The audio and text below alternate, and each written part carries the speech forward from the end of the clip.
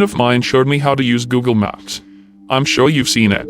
It lets you use satellite images to look at locations all over the world. A few years ago, I was in a car accident. Since then, I really don't leave the house that often. It's difficult, and the idea of seeing a car drive by me makes me feel lightheaded. I was fascinated by the fact that I could see all over the world, almost like being there. I could virtually walk down the streets, and it almost felt like I was really there. I became instantly hooked. It gave me a real eye on the world. I could go to almost any major city, and I did. I've seen streets in China, Japan, Germany, and England, and so many other places. I've even gone to tourist attractions like the Great Barrier Reef and Dracula's Castle. My favorite was go to random places in major cities and see how many people and animals I could find. The faces of the people are always blurred to protect their privacy, but it was still enjoyable to see them out there, enjoying their life, walking like it was no big deal. While scrolling on a Tokyo street one random day, I spotted a woman. She must have good taste, I laughed. I zoomed in closer and noticed the gray bag she carried, on a gray and purple shoulder strap. She was walking in a relaxed manner, one hand trailing the wall beside her. I bet if I could have seen her face, I would see that she was smiling. I began to feel a little sad. I let my hands fall onto the arms of my wheelchair and looked at her for a minute more. I wished that I could be there, walking so carefree with her. That wouldn't happen though, until I died. I was stuck in this chair. I sighed and zoomed out of Tokyo. Enough of this for tonight. I turned off the computer and went to bed. I got up early and decided to look around Paris. Paris was always fun. I liked the look of the city, with all of the old beautiful buildings, and so many people to watch. I randomly zoomed to an area and saw a street, lined with old brick buildings, a few small shops, and an old tan brick church. Ahead was an intersection, and dozens of people walked by. A balding businessman walked quickly past, looking back at an old woman, hair covered with scarf, carrying a large purse.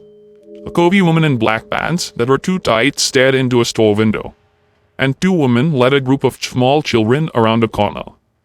I spun the view around a few more times and then saw something peculiar.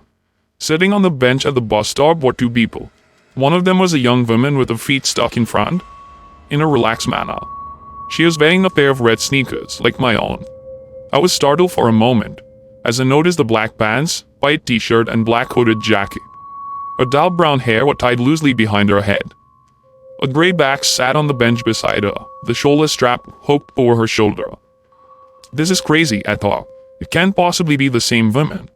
This is a different country, different continent even. How could it be her? This was stupid. It wasn't as if these were live photographs. They were taken ahead of time and then stored. It's not like she was in two places at once. She could just be a traveler. Besides, without seeing a face, it was impossible to tell if it was the same person.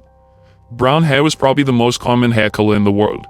These red sneakers was something I purchased online. I'm sure a million other people did too. I shook my head and went to fix some lunch. When it got back online, I decided to look at Berlin. I picked a random street, as usual. It looked pretty empty. There were big buildings lining the streets, looking more like factories than anything else. There were also empty lots, full of long grass and piled gravel. There wasn't much to see at all. There was a line of motorbikes and a car with two German flags sticking up from it. After more searching, I found one kid. He looked like he was dressed for school, a jacket thrown over his back. He was intently looking at some kind of a mobile device. I was disappointed. I started to leave, but then I caught something out of the corner of my eye. I turned the view, and there they were, those damn red sneakers. She was standing on a street corner next to some kind of signpost. She had a hand on the post looking down the street as if wanting to cross the street. I stared, in shock. How could she be there too? Even if she was traveling, there's no way I would find her every time. Even finding her in Paris would have been one heck of a coincidence. But this was crazy. Was this some kind of joke? Had Google decided to play a prank on its users that use their product so much? It would have been a great joke. I did a quick search, looking for a note about a woman that shows up like Waldo. There was nothing. I looked through articles on strange things you can see in Google Maps, but none of them mentioned the woman that travels the world with you. Had my self-imposed isolation driven me mad? Had I become so lonely that I created a hallucination for myself?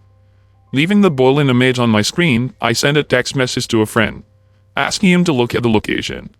I asked him if he saw the same woman. Then I waited, hands sweating, heart thumping in my chest. I jumped when my phone beeped with a return text message 10 minutes later. The text read, "I see the lady you're talking about in Berlin. I didn't see in Paris or Tokyo. Is this some kind of game or what? Are you okay?" I didn't respond, instead returning to the locations in Tokyo and Paris. There she was. She was there, but it was different. She no longer sat on the bus stop bench in Paris. She was standing in front of it, looking for something in a bag. In Tokyo, she was blocks away, squatting down to pet that calico cat. I shivered. Who was she? What was happening? I switched the map to Brussels. It was another city street. It was lined with old-looking buildings, with shops on the ground level and what I guessed was apartments above. I quickly scanned the streets. They were empty, other than a stocky woman in a bright blue sweater. I did a second sweep. She wasn't there. I sighed in relief. I couldn't believe I was getting so worked up about this. It was nothing but a coincidence.